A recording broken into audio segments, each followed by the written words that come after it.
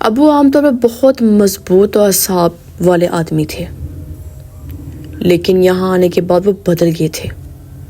انہوں نے کہنا شروع کیا، رات میرے کمرے کے باہر کوئی چلتا ہے، قدموں کی آواز، اور کبھی کبھی کوئی دیوار پر جیسے ہاتھ پھیرتا ہے۔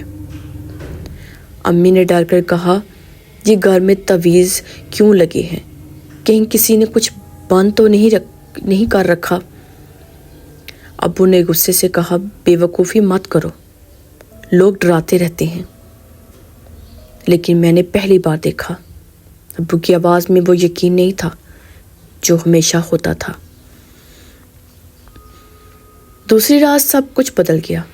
رات کے تقریباً 3 بجے میں پھر آواز سے جاگ گئی، وہی آواز جو مجھے پہلی رات میں ٹھک ٹھک کی آواز آئی تھی،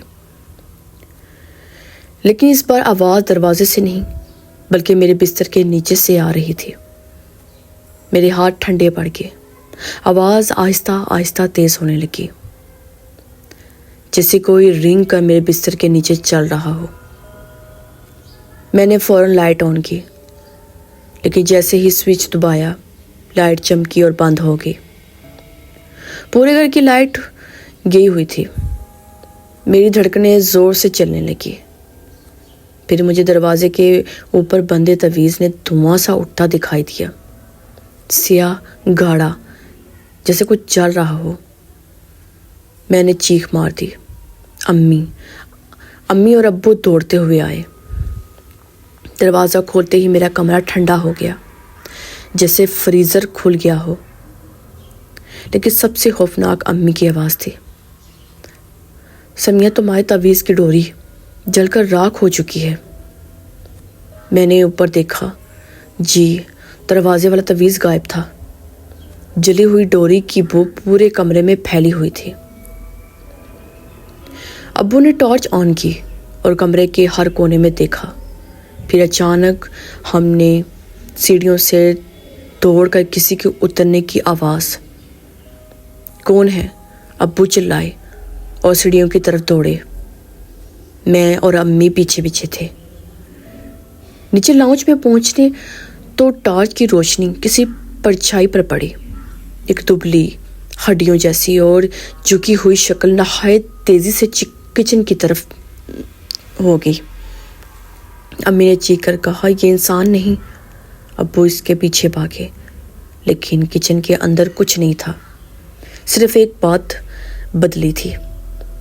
کچن کی تمام دیواروں پر لگے تعویذ پھٹے پڑے تھے، جیسے کسی نے ناخنوں سے چیر کر رکھ دیے ہوں۔ اسی رات ہمیں ایک چیز ملی۔ کچن کی میز پر ایک پرانی پیلی بڑی چٹھی رکھی تھی، جس پر صرف 2 لفظ لکھے تھے،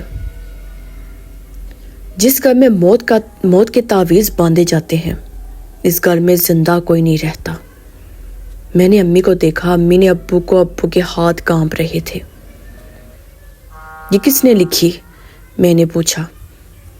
ابو آہستہ کہا، یہ ہماری لکھائی نہیں، یہ تو بہت پرانی لگتی ہے۔ امی نے دھیمی آواز میں کہا، شاید گھر چھوڑ کر جانے والے پچھلے لوگ آخری بات لکھ کر گئے ہوں۔ لیکن سب سے خوفناک بات ابھی باقی تھی۔ چٹھی کے نیچے ایک تعویذ رکھا تھا، بہت بڑا، سیاہ اور مکمل طور پر خون کے دھبوں سے بھرا ہوا۔ اس رات ہمیں پتہ چل گیا، یہ گھر خالی نہیں ہے، یہاں کوئی ہے یا بہت کچھ ہے جو ان تعویذوں کے اندر قید تھا، یا شاید انہی تعویذوں کی وجہ سے زندہ ہے۔